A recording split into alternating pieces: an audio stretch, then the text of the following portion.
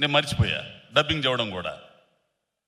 ఏందిరా స్వామి, ఈ సినిమా ఏంది, ఇదేంది, ఈ కథ ఏంది, ఈ గన్నులేంది, ఆ పిల్లోడి వేషం ఏంది, ఈ కార్తీక్ బా ఏమయ్యా నువ్వు అసలు మడిసివే, ఇంత ఉంటాడో లేదు సన్నగా ఎర్రగ తీసి వదిలిపెట్టాడు.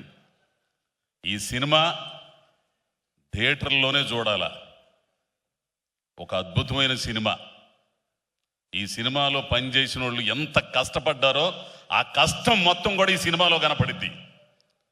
ఆ డైరెక్షన్ డిపార్ట్మెంట్ దగ్గర నుంచి, మేనేజర్ల దగ్గర నుంచి, ఆర్టిస్టుల దగ్గర నుంచి అందరు కూడా. మెయిన్ మీ అసిస్టెంట్ అండి, చాలా బాగా కష్టపడి మీ అసిస్టెంట్ ఆ విగ్గు మీకు సరే. కానీ కూలిచ్చి కొట్టించుకోవడం అంటే ఇదే. ఏదో చెప్పాలనుకున్నాను నేను. అదే కార్తీక్ ఘట్టం నేను దర్శకత్వం గురించి మొదలుపెట్టారు.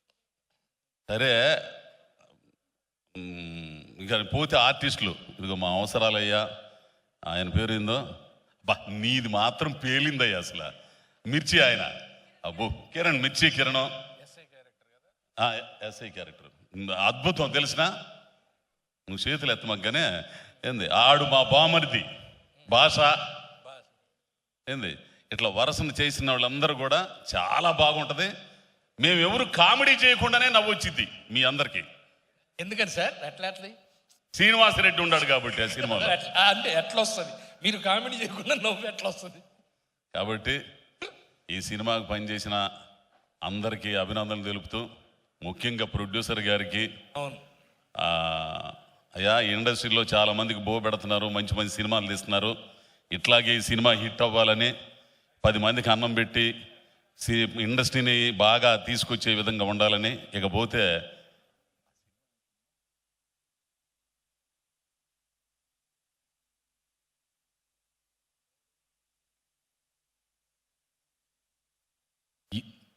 నువ్వేందమ్మా మేమేదో ఈడియట్ సినిమాకి ఫస్ట్ వచ్చాను అబ్బాయి, అన్నపూర్ణ స్టూడియోలో వేషం కోసం వచ్చా ఫస్ట్. ఈ మడిసి ఉన్నాడు అక్కడ. ఇప్పుడు కాదులే తర్వాత అన్నాడు. మీ చలవ వల్ల ఈ రోజున మీరు పిలిచి, అంటే రవితేజ గారు పిలిచి నాకు వేషం ఇచ్చే స్థాయికి రావడానికి దాదాపు 12 సంవత్సరాలు 12 సంవత్సరాల తర్వాత. ఈడియట్ అప్పుడా? ఈడియట్ ఎప్పుడు? 2002 అంటే ఎన్ని సంవత్సరాలు అయినట్టు? 22 సంవత్సరాలు అయింది. ఓడమ్మ బడవ 22 సంవత్సరాల ఆయనతో ఉంటే అంటే అసలు ఏముండదు, ఎటు తిప్పినా అదే డేట్ అంటే. అప్పుడు నుంచి అట్టనే ఉన్నాడు స్వామి ఆయన. సార్ అప్పుడు హెయిర్ భలేగుండేది మీకు. ఎవరిది? అప్పుడు నువ్వు మరీ ఇజ్జే మాకులే. ఏంది అప్పుడు ఇన్నాళ్ళకి మీ పక్కన చేసే అవకాశం నాకు మీ దయతోనే అది వచ్చింది కూడా. కార్తీక్ ఘట్టమనేని గారు వీళ్ళందరూ చెప్పడం ఇచ్చేస్తా. కాబట్టి ఈ సినిమా విజయవంతం కావాలని మనసారా కోరుకుంటూ, ఇక్కడికి వచ్చిన పెద్దలందరూ కూడా ఇంకోసారి ధన్యవాదాలు తెలుపుకుంటూ నమస్కారం.